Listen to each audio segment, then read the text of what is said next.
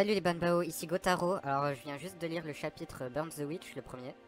Enfin j'avais déjà lu le one shot juste avant, mais bon voilà, il y a un nouveau chapitre qui est sorti et j'avais vraiment hâte d'en parler. Voilà, j'étais curieux de voir ce qui allait bien pouvoir se passer. Si Kid Kubo veut partir sur une nouvelle direction ou bien si au contraire il va essayer de raconter en quelque sorte ce qu'il n'a pas pu raconter dans Bleach dans cette histoire. Parce que oui, je ne sais pas si vous êtes au courant, mais cette histoire se passe dans le même univers que celui de Bleach. On le sait grâce à la fin du dernier one-shot, où justement on aperçoit les mots Soul Society dans la dernière case, sans d'ailleurs l'influence du Marvel Cinematic Universe sur toutes les œuvres de ces dernières années, parce que je trouve pas ça anodin justement qu'il y ait ce côté univers partagé qui apparaisse dans Bleach comme ça d'un coup, sans qu'on s'y attende. Mais moi je dis pourquoi pas, allez pourquoi pas, c'est vrai que dans Bleach la Soul Society c'était quand même censé être l'endroit où on va quand on meurt, mais en même temps on se posait tous la question pourquoi est-ce que l'endroit où vont les morts est représenté par une espèce de Japon médiéval où tout le monde doit mettre des kimonos. Donc justement là on a enfin cette réponse à notre question, on a apparemment un autre fonctionnement pour le monde occidental et puis sûrement un autre fonctionnement pour d'autres pays, hein. Je suppose qu'en Afrique ça n'a absolument rien à voir. Mais en tout cas la Soul Society de cet univers, la Windbind, il me semble qu'elle s'appelle comme ça, je me souviens plus du tout. D'ailleurs, ouais, je vais commencer à vous parler de ce fameux univers que Kid Kubo essaie de nous créer, cette fameuse Soul Society justement. Parce que en même temps, il y a des idées qui me hype, mais il y en a qui me font peur. Là, je trouve qu'il y avait vraiment beaucoup d'éléments dans ce chapitre. Il y a beaucoup de vocabulaire qu'on connaît pas. Bon, après, c'est normal, il essaie d'introduire son univers. Mais j'ai peur qu'il fasse la même erreur que dans Samurai 8 et de nous étouffer avec beaucoup trop de dialogue, comment dire, de nous montrer. Il a voulu nous montrer trop de choses, je trouve. Il y avait beaucoup trop de règles à voir, beaucoup trop de personnages qui n'avaient pas forcément leur utilité dans ce chapitre-là, qui auraient pu apparaître plus tard. Mais d'un autre côté, il y a eu des trucs très intéressants et que je pensais pas qu'ils feraient dès le début, c'est-à-dire que à la fin on voit une espèce d'organisation secrète. Donc je suppose que on peut dire que c'est les capitaines de ce monde là. Je me souviens plus du tout comment ils s'appellent. De toute façon je sais que je vais commencer à m'approprier le vocabulaire de cet univers au fur et à mesure des chapitres, voilà. Pour l'instant j'avoue j'ai du mal à entrer, c'est vrai, pourtant je suis un gros fan de Bleach, mais je sais pas, il y a le côté c'est un autre manga, mais d'un autre côté c'est bien qui s'éloigne un peu de ce qu'il faisait dans Bleach, parce que justement c'est un nouveau manga, c'est l'occasion de tester d'autres trucs pour lui en tant qu'artiste. C'est vraiment pour lui ce qui sera très intéressant, c'est vraiment de tenter autre chose. Mais bon, moi pour l'instant je sais pas encore si je vais aimer, je vais suivre en tout cas, je vais essayer de parler un maximum des chapitres qu'il pourra nous produire, hein. Enfin j'espère que le Shonen Jump cette fois le laissera aller jusqu'au bout de son histoire. Nous avons un côté clairement féministe. Alors bon, c'était un peu évident, hein. Déjà dans le one shot on voit que les personnages principaux ce sont deux filles, ce qui ne pose pas du tout de problème, hein. D'ailleurs je trouve que Kid Kubo gère plutôt bien ses personnages féminins dans Bleach, donc j'ai plutôt hâte de voir ce qu'il va faire avec ces personnages là. En plus il y a la fille aux cheveux noirs qui ressemble clairement à Byakuya Kuchiki, mon personnage préféré, donc j'ai hâte de voir ce que cette Byakuyette va pouvoir faire. En plus, oui, le côté féministe, justement, on peut le voir. Je m'attendais pas du tout à voir un Kid Kubo en mode LGBT, ça me surprend un peu. Mais bon, pourquoi pas.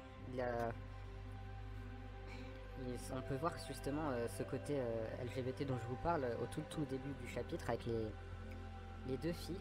Enfin, non, la Nini, je veux dire, la blonde, qui marche toute seule et qui nous fait un petit speech sur justement l'inutilité des princesses et des contes de fées. Donc.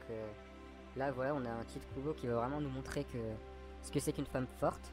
Et je lui fais entièrement confiance pour ça, hein. C'est quand même le personnage qui a créé Rukia, Yoruichi, l'Espada numéro 3, Haribel.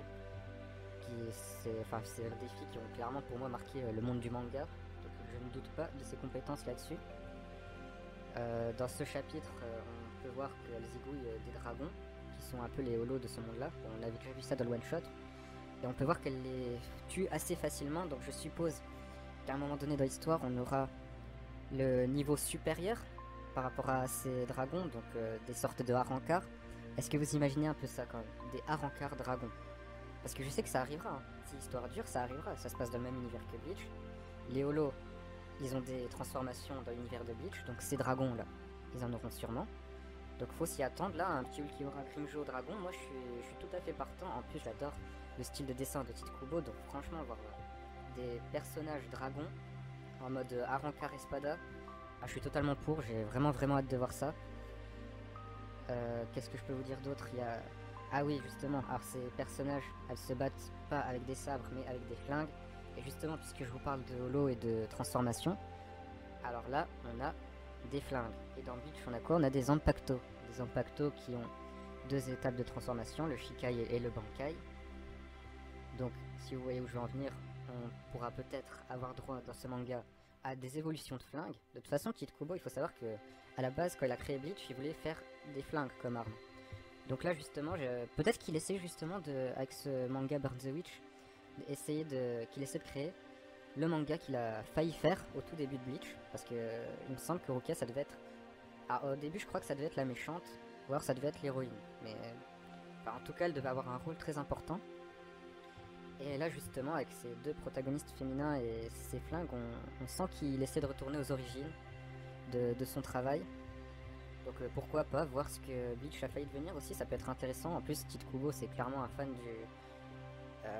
de l'Angleterre dans un certain sens, hein, parce que Nirvana, Burn the Witch, tout ça, on sait qu'il aime beaucoup écouter des musiques occidentales, en particulier du rock. Donc il faut pas s'étonner de trouver cet univers-là. Donc faut pas s'étonner de voir ça dans son manga, c'est voilà, ça se passe à Londres, ça m'étonne pas, c'est limite ça lui va mieux en fait. Voir un Tite Kubo qui va pouvoir exploiter en fait tout ce qu'il aime, j'ai vraiment envie de voir ça. Puis justement les fameux capitaines qu'on utilise à la fin et le fait qu'il va y tuer le fameux blondinet mi-humain mi-dragon, c'est clairement... Alors déjà que franchement physiquement c'est un Ichigo, j'ai quand même peur que ce soit un peu trop un Ichigo parce que le mec il est mi-humain mi-dragon, Ichigo il était mi-humain mi-holo. Hein, enfin, après on a appris qu'il était aussi Quincy et Fullbringer, mais bon ça c'est une autre histoire. Mais ce petit blondinet là qu'on nous montre dans le... qui fait partie du trio des personnages principaux, hein, je suis désolé, j'ai vraiment retenu aucun nom. Mais je sais pas encore... Enfin, d'un côté je vois dans quelle direction il se dirige, hein. On est clairement sur un arc qui prépare une sorte d'arc Soul Society revisité, hein, clairement, parce que à la fin ils nous expliquent qu'ils veulent capturer le garçon. Ce garçon qui s'appelle Balgo Parks, voilà, Balgo Parks, il me semble. Hein. Bon bref, en tout cas ils veulent l'éliminer, non pas le capturer, l'éliminer, je confonds. Bah justement on voit l'effet miroir avec Bleach, je confonds avec l'arc, clairement avec l'arc Soul Society, où on voulait exécuter Rukia. Non là ils veulent éliminer ce garçon et je suppose que nos deux protagonistes sorcières voudront le protéger. Et c'est sûrement pendant ce périple que justement elles vont s'entraîner parce que pour l'instant d'après ce chapitre... il y en a une, tout ce qui intéresse c'est l'argent, et l'autre c'est d'avoir des points. Donc on est sur des personnages qui aiment bien le statut qu'elles ont actuellement, elles ont pas besoin de plus. Mais bon, il y a un gros arc baston visiblement qui se prépare, donc elles vont sûrement devoir progresser. Et c'est justement là qu'on verra peut-être des fameux Shikai et Bankai en version flingue, donc pistolet là. Et je suis curieux de voir ça. On voit, de toute façon Tite Kubo il avait déjà essayé de faire un peu ça avec Stark, et il me semble que le Quincy c'était Lily, un truc comme ça. Enfin, il avait tenté de faire des flingues qui crachaient des CO ou un flingue qui servait d'arc à un Quincy.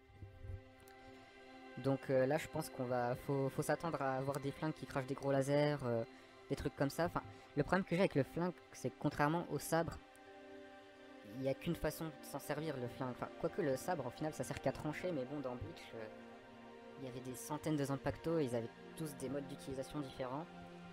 Donc je sais pas du tout comment il va faire son truc, mais j'ai peur que pour les pistolets, il ait les combats se ressemblent. Qu'il n'y ait pas d'originalité, que tout se ressemble. Après, je sais que Tite Kubo a beaucoup d'imagination, hein, il suffit de voir les pouvoirs qu'il a créés au Stern Reiters dans l'arc Quincy, hein, franchement, il y avait des pouvoirs complètement barrés. Hein. Voilà, c'est hashtag dose létale, hein, ceux qui lisent Bleach comprendront la référence. Donc là, on est vraiment sur des pouvoirs perchés dans l'arc Quincy, et justement, Tite Kubo il nous a prouvé à plusieurs reprises qu'il avait de l'imagination, donc soit de toute façon il va être coincé avec cette histoire de flingue, soit il va créer des pouvoirs complètement barrés et au contraire on va dire que c'est un génie. Enfin voilà, ce chapitre m'a fait me poser beaucoup de questions, hein, donc, mais c'est bien, d'un autre côté c'est bien, c'est sûrement ce qu'un chapitre qui sert à introduire une histoire sert. Donc on verra un peu comment ça se passe tout ça dans la suite, si au contraire c'est un échec total ou si Tite Kubo est sur le point de créer une meilleure œuvre que Bleach. Bon, j'en doute personnellement, hein, je pense que Bleach restera dans mon cœur, mais je suis vraiment curieux de voir ce qu'il va pouvoir nous donner avec Burn the Witch. J'aime bien les chara-design de certains des espèces de capitaines de cette organisation occidentale de la Soul Society. Et j'ai vraiment hâte de les voir se battre. Il y en a pas mal qui ont l'air badass, voilà, nos personnages ont l'air innocents. Franchement, il y a moyen de faire une histoire avec ça. Après, j'ai peur que ça soit au final un peu répétitif et redondant par rapport à Bleach, hein, parce que clairement, là, on part sur une sorte d'Arc Soul Society.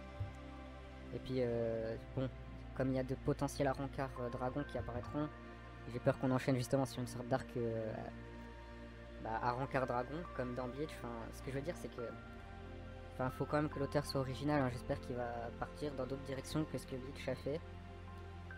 Et mais bon, après, au pire, voilà, hein. Si c'est bien, tant pis, qu'il continue dans cette direction-là, hein.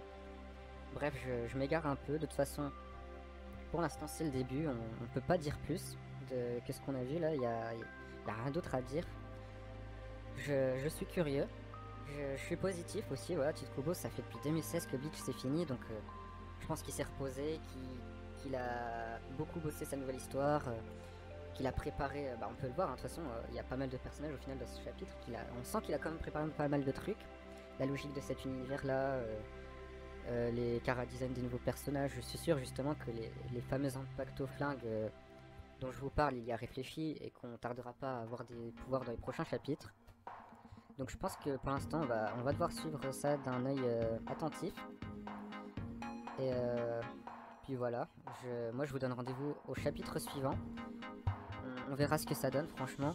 Pour l'instant, je suis curieux, j'ai pas d'avis, on va rester sur ça. Avis neutre. Ça peut être bien comme ça peut être mauvais là. On est sur un Tite Kubo en tout cas qui tente de faire son nouveau manga, qui fait son comeback, et ça fait plaisir. Et moi, franchement, en tant que fan de Bleach, je l'encourage et j'attends son prochain chapitre avec impatience. Bon, je vous dis salut et n'oubliez pas d'activer la petite cloche et de vous abonner hein, si vous voulez les reviews des prochains chapitres. Vu le succès qu'a connu Bleach ces dernières années, ça m'étonnerait que vous trouviez beaucoup de youtubeurs qui en parlent. Donc voilà, moi je serai fidèle au poste, donc je vous dis à la prochaine et salut!